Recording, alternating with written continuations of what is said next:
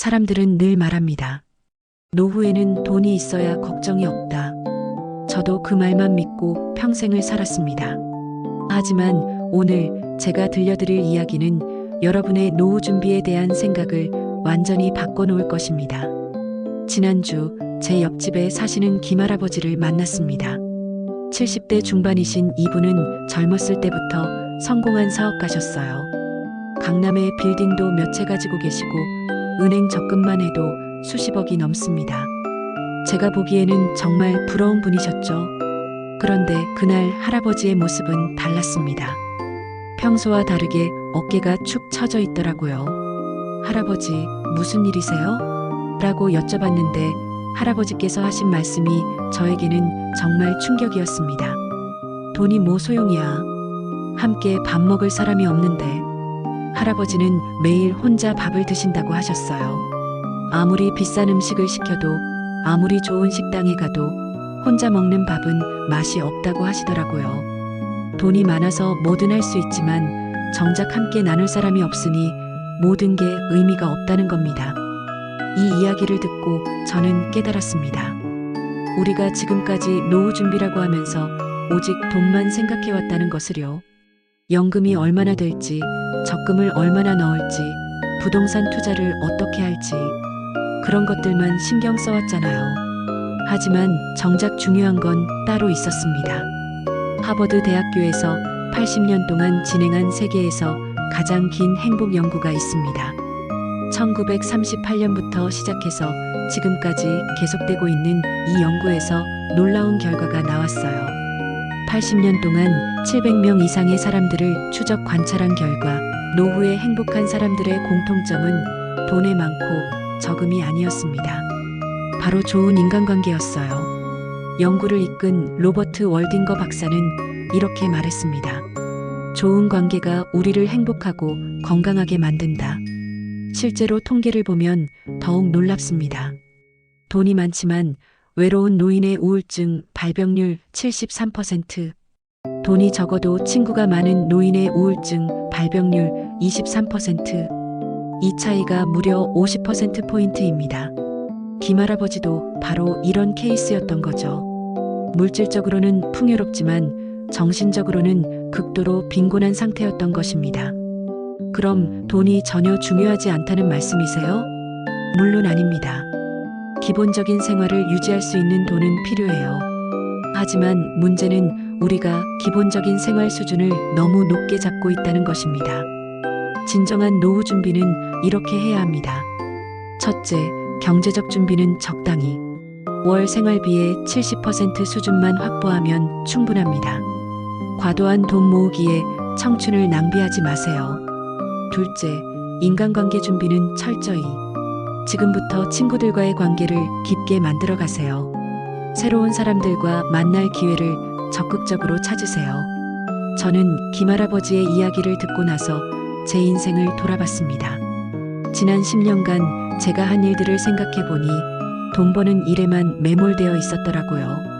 친구들과의 약속은 항상 뒤로 미뤘고 새로운 사람들과 만날 시간도 나중이라고 계속 미뤄왔었죠. 그날 밤 저는 결심했습니다. 노후 준비를 다시 시작하자. 이번엔 제대로. 다음 세션에서는 실제로 노후에 행복한 삶을 살고 계시는 분들의 놀라운 공통점을 알려드리겠습니다. 여러분도 깜짝 놀라실 거예요. 87세 박할머니를 만나본 적 있으신가요? 저는 지난달 동네 경로당에서 이분을 처음 뵈었는데 첫인상이 정말 강렬했어요. 87세라는 나이가 믿어지지 않을 정도로 생기가 넘치셨거든요. 할머니, 비결이 뭐예요? 어떻게 이렇게 건강하세요? 할머니의 답변은 예상과 완전히 달랐습니다. 돈? 나는 한 달에 50만 원으로도 충분해. 대신 친구들이 있으니까 매일이 즐거워. 박할머니의 하루를 따라가 보니 정말 놀라웠습니다. 오전 6시 공원에서 친구들과 운동. 오전 8시 동네 친구들과 아침 식사. 오전 10시 경로당에서 화투게임. 오후 2시 봉사활동 친구들과 함께. 오후 4시 수다 타임. 저녁 6시 집에서 가족들과 식사. 저녁 8시 친구들과 산책. 보세요. 하루 종일 누군가와 함께 있어요. 혼자 있는 시간이 거의 없습니다. 할머니, 외롭다고 느낀 적 없어요? 외로울 틈이 어디 있어? 하루가 모자라. 반대로 같은 동네에 사시는 이 할아버지를 보세요. 경제적으로는 박 할머니보다 10배는 여유로우신 분입니다. 매달 연금도 300만 원씩 받으시고 적금도 수억 있으세요. 하지만 이분은 하루 종일 TV만 보십니다. 친구들이 다 죽었어. 새로 사귀기도 귀찮고. 똑같은 87세인데 이렇게 다를 수가 있나요? 여기서 중요한 깨달음을 얻었습니다. 노후의 행복은 관계의 질과 관계의 양 둘 다 중요하다는 것이었어요. 박 할머니처럼 행복한 노후를 보내는 사람들의 공통점을 연구해 봤더니 이런 특징들이 있었습니다.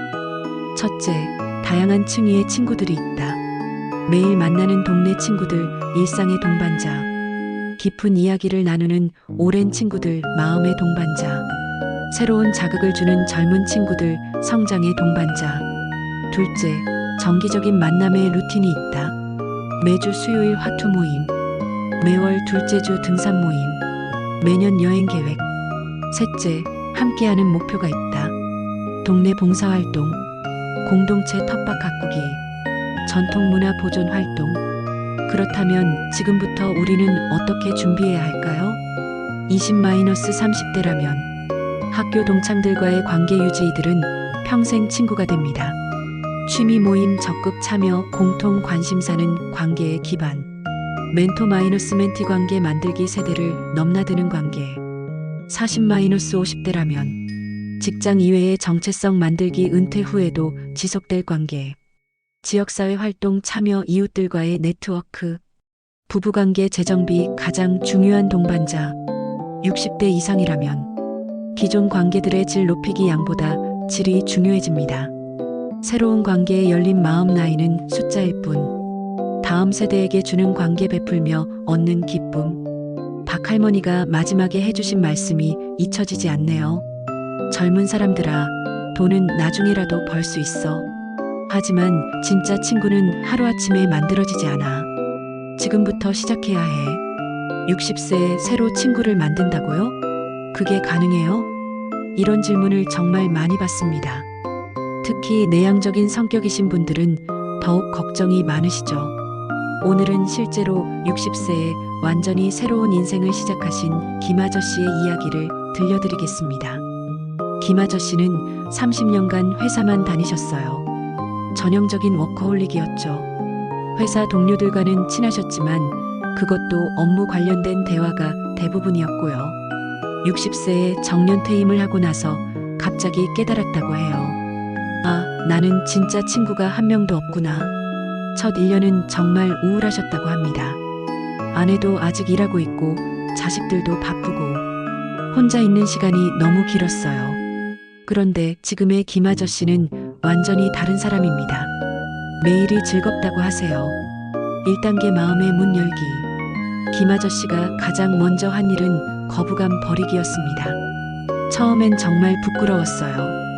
이 나이에 새로 친구를 사귄다니. 하지만 생각해보니까 다들 똑같은 처지더라고요.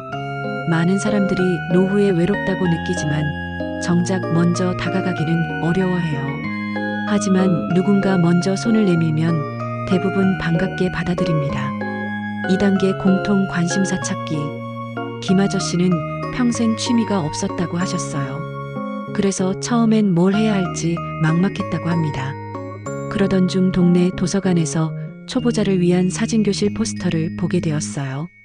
딱히 사진에 관심이 있던 건 아니었지만 뭐라도 해보자는 심정으로 신청했다고 해요. 그런데 이게 인생의 전환점이 되었습니다.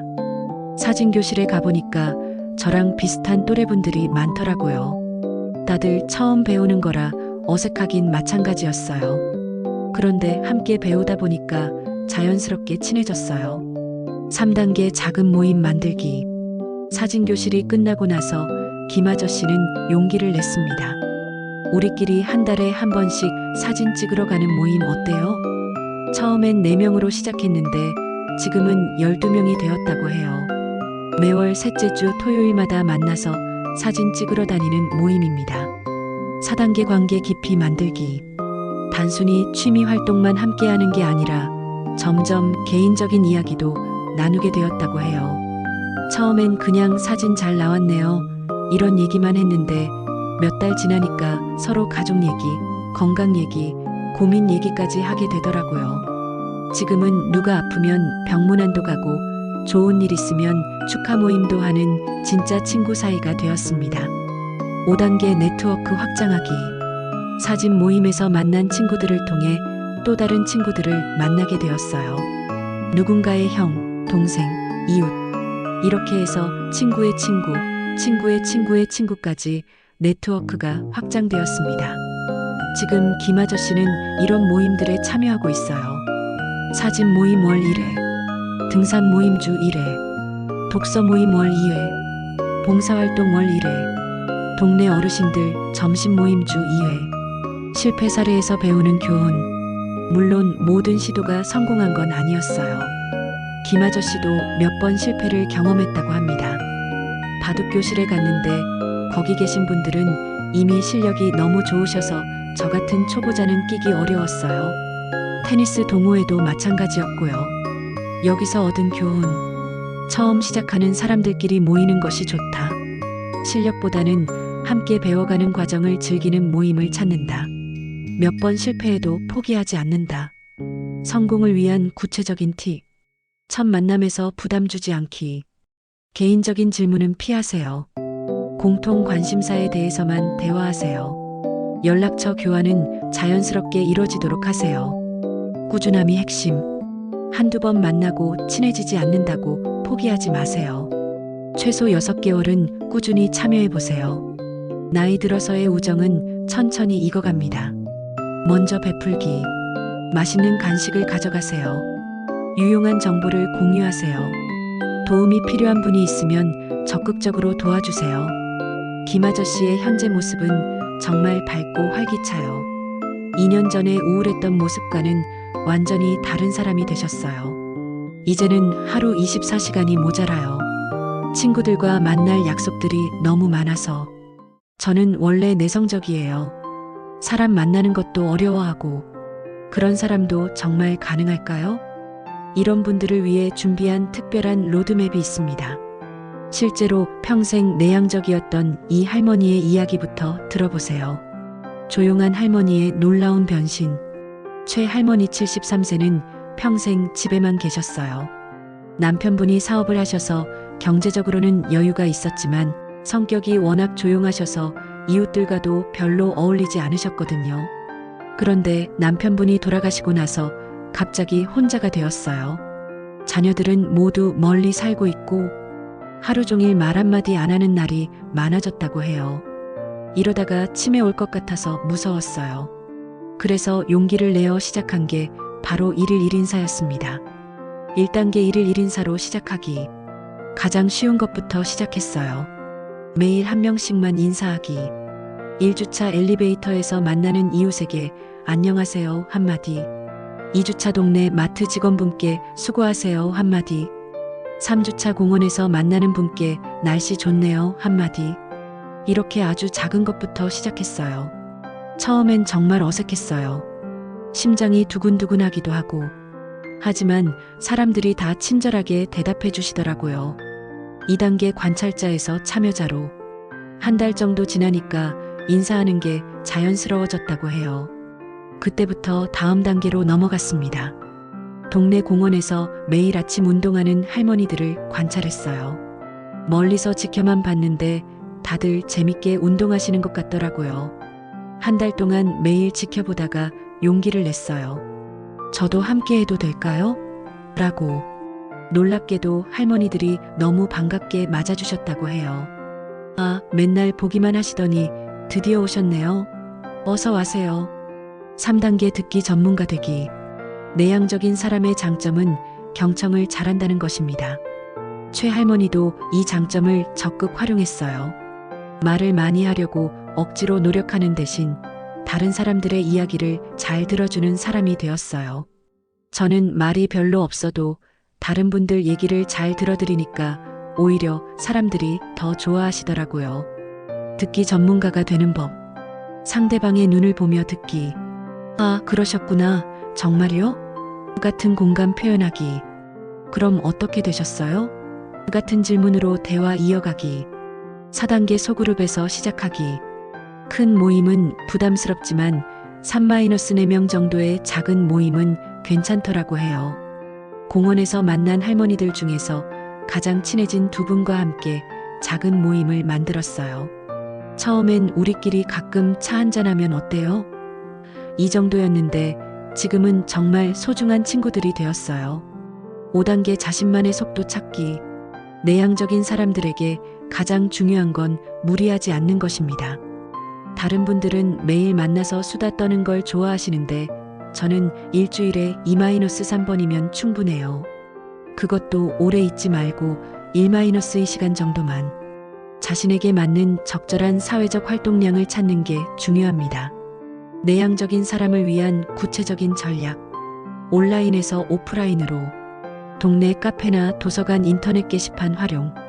먼저 온라인으로 소통하고 편해지면 오프라인에서 만나기. 공통 관심사로 연결된 소규모 모임 찾기. 1대1 만남 선호하기.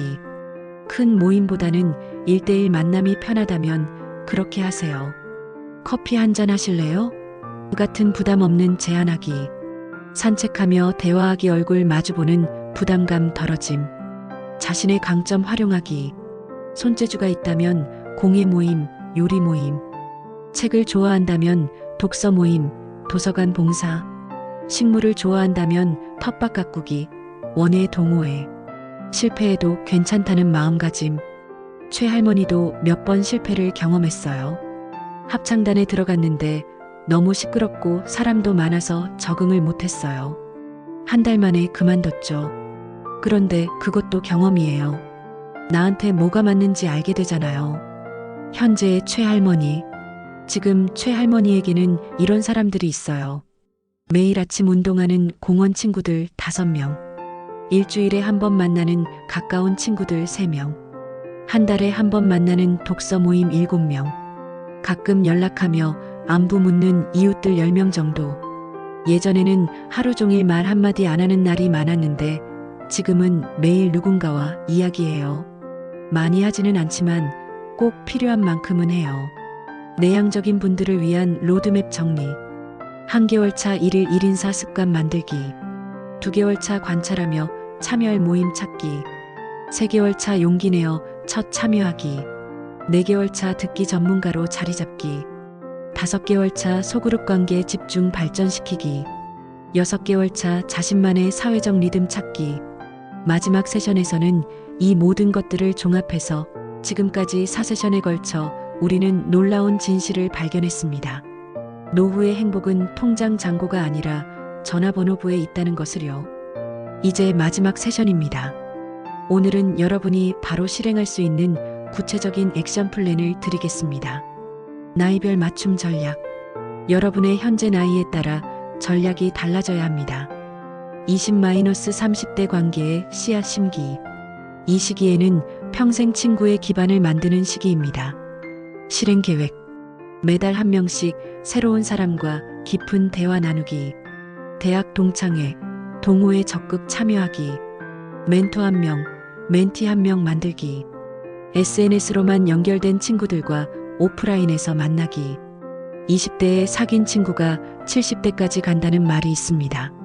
지금 만드는 관계가 50년 후 여러분의 행복을 좌우할 수 있어요. 40-50대 관계의 다양화. 이 시기는 직장 중심의 인간관계에서 벗어나 다양한 관계를 만들어야 할 때입니다. 실행 계획. 직장 밖에서 정체성 찾기 취미, 봉사활동 등. 지역 커뮤니티 활동 시작하기. 부부관계 재점검 및 강화하기. 자녀들과 친구 같은 관계 만들기. 제가 만난 한 분은 50세에 직장에서만 살았던 인생을 완전히 바꾸셨어요. 매주 토요일마다 지역 봉사활동을 시작하셨는데 거기서 만난 사람들이 지금은 가장 소중한 친구들이 되었다고 하더라고요. 60대 이상 관계의 질 높이기. 이제는 새로운 관계보다는 기존 관계의 질을 높이는데 집중해야 할 때입니다. 실행 계획. 기존 친구들과의 만남 횟수 늘리기, 정기 모임 만들기 원래회, 여행 모임 등 젊은 세대와의 연결고리 만들기, 지혜와 경험 나누기 멘토 역할, 구체적인 실행 방법, 1주차 현재 상황 점검하기. 먼저 여러분의 현재 인간관계를 객관적으로 점검해 보세요. 체크리스트. 진심으로 고민을 털어놓을 수 있는 친구가 몇 명인가? 정기적으로 만나는 친구가 몇 명인가? 새로운 사람을 만날 기회가 얼마나 있는가? 혼자 있는 시간이 외롭다고 느끼는가? 2주차 잃어버린 관계 되살리기. 연락이 끊어진 오래된 친구들에게 안부 인사를 보내보세요. 실행 방법. 매일 한 명씩 안부 문자 보내기. 요즘 어떻게 지내세요? 보고 싶네요. 정도면 충분. 부담 주지 말고 가볍게 시작하기. 3주차 새로운 만남의 기회 만들기.